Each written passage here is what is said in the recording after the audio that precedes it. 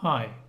So I wanted to record this quick follow-up video to the one that I did just before that, just the previous video in the series on setting up Debian, which was about configuring the Nvidia graphics card.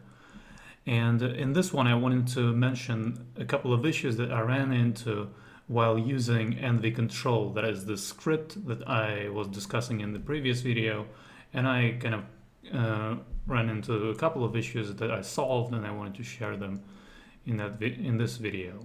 So let's switch to the screen capture view, and here I have EnvyControl's GitHub page.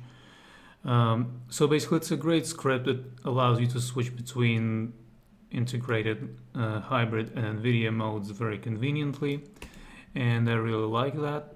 But you have to be a bit careful, because what it does is it overwrites, or it modifies system files. So I guess before I actually start discussing the issues themselves, it's a very good idea when you are setting up your system to have a backup, some sort of backup system in place. I use TimeShift, and I talked about TimeShift in the previous videos in this series, so go ahead and check those out if you haven't. But yeah, so basically, whenever you want to try out a new app or a new program, a new script, whatever it might be that might affect your system, always create a backup so that you can roll back to it, and so that your system will be in the exact state as it was before you changed anything, because it's very, very difficult to figure out what was changed and then clean up some potential leftover files and all of that. It gets messy real quick, and so it's best to have that backup system in place to help you manage that. So that was something I wanted to mention before I start talking about the things that I ran into. But yeah, always have a backup system, and do check out those TimeShift videos, or those videos where I talked about TimeShift earlier in this series on setting up Debian. But now let's move on and talk about the issues that I ran into. So basically, the first one was basically I did what I talked about in the previous video. I switched to the NVIDIA only mode, and I was using my laptop in this mode. And I tried recording a video with OBS like I usually do, and like I'm doing right now. And I got this error message that basically was like this. I haven't taken any screenshots, so I'm just using this question that someone asked on askubuntu.com. But basically, this is the error message that I got, and it reads, failed to open NVENC codec. Function not implemented. Please check your video drivers are up to date. And so basically what it's referring to is, let me open OBS's settings window and move it over here so that you can see. And I'll go to the output section, then recording. And basically over here you can see the encoder field, and it says NVIDIA NVENC HEVC FFmpeg. So that's the setting that I'm using right now while I'm recording this video. Unfortunately, I can't open this menu because I'm recording and the settings are locked. But basically, there are two entries there. That one of them is this one, and the other one is for the other codec, another codec called X264. HEVC is also called X265. That's another name for it, but HEVC stands for High Efficiency Video Codec, by the way. But in any case, what NVENC, that's more important to what we're talking about here. NVENC stands for NVIDIA encoder, I guess. But basically what it allows you to do is to use your GPU to encode the video that you're recording. and it's not only OBS that uses this. Like for example, in Kden Live, the video editor for Linux, you can, or not only Linux, it's cross-platform, but regardless, in Kden Live, you can use that as well. There's also like you can use NVENC to render your videos and like to do like other like conversions, like creating proxy videos, I believe, and like maybe rendering like doing preview renders probably as well. So basically you can use that, and like it's good to have this available basically, because GPU can take up like that work that otherwise your processor, your CPU would have to do. And so this suddenly, like, even though the setting was enabled before I used EnvyControl, and like after I used it for like switching those modes like NVIDIA, hybrid, and integrated, it just stopped working. And so I started looking into it, and basically let me switch over to the terminal here.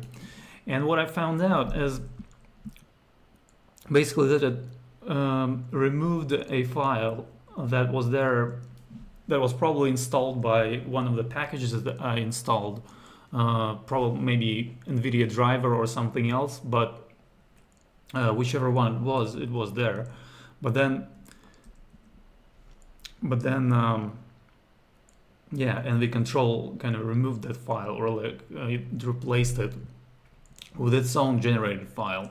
And like if we look at EnvyControl's help, oops,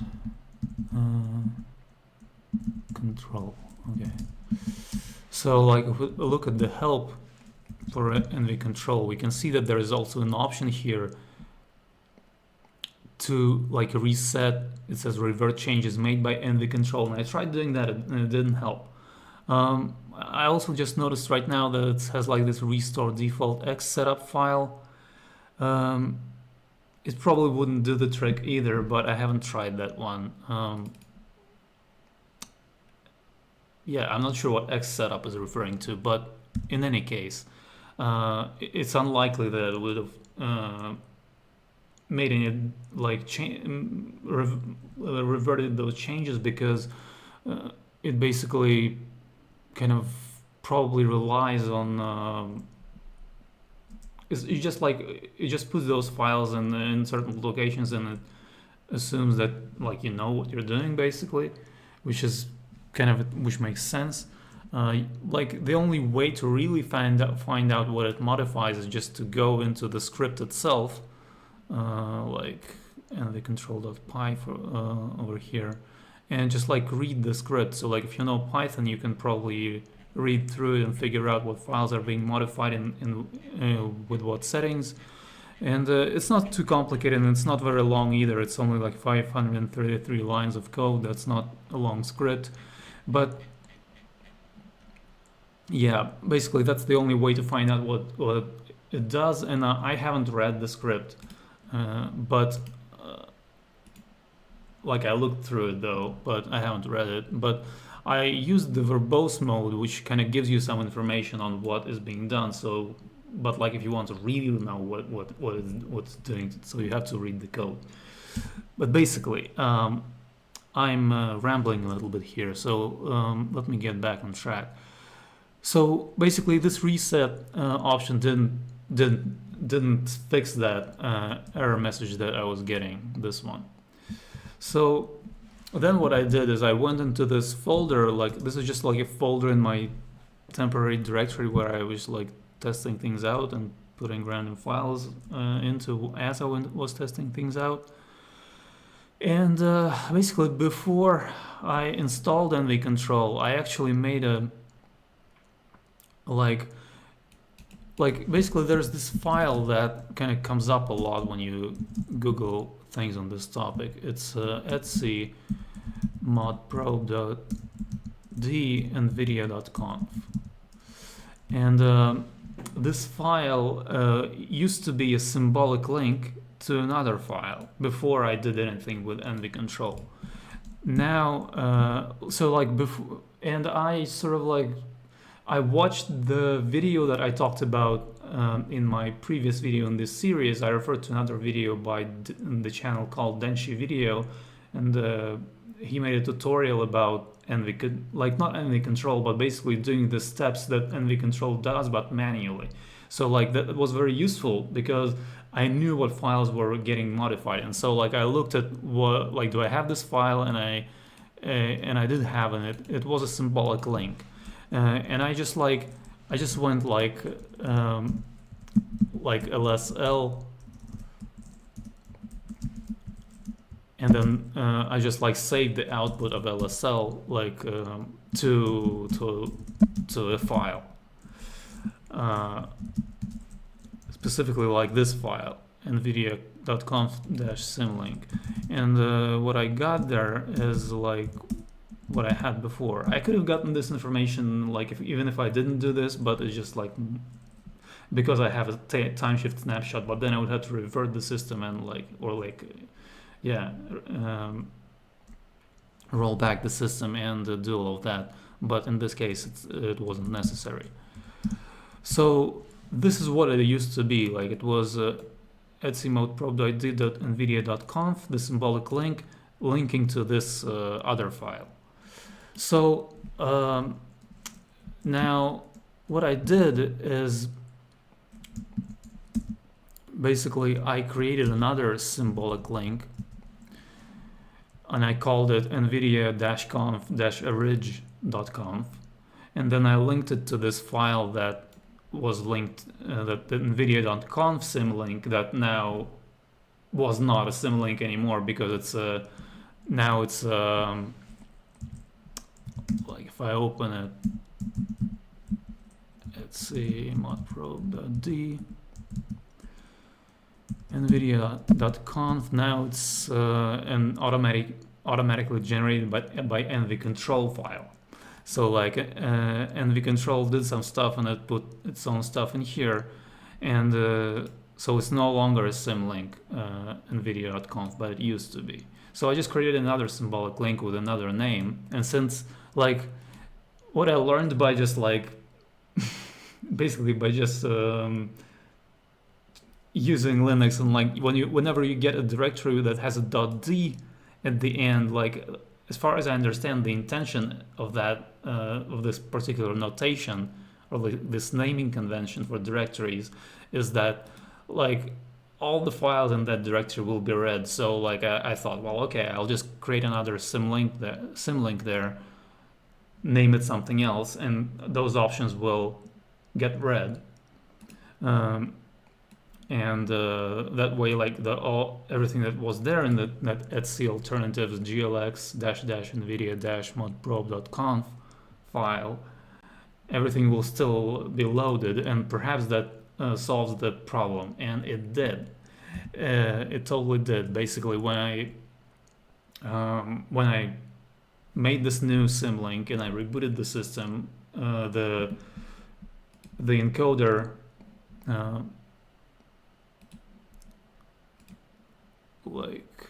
what's going on? Settings. Where is that window? Here it is. So yeah, like that encoder in OBS started working again, and I wasn't getting this error anymore. So I guess I'll like just for the completeness sake, I'll just like show you what that file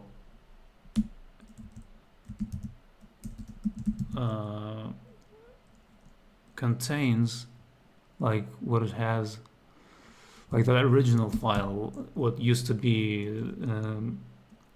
nvidia.conf symlink, but now it's nvidia-conf-orig.conf, and it links to this other place. But basically here's what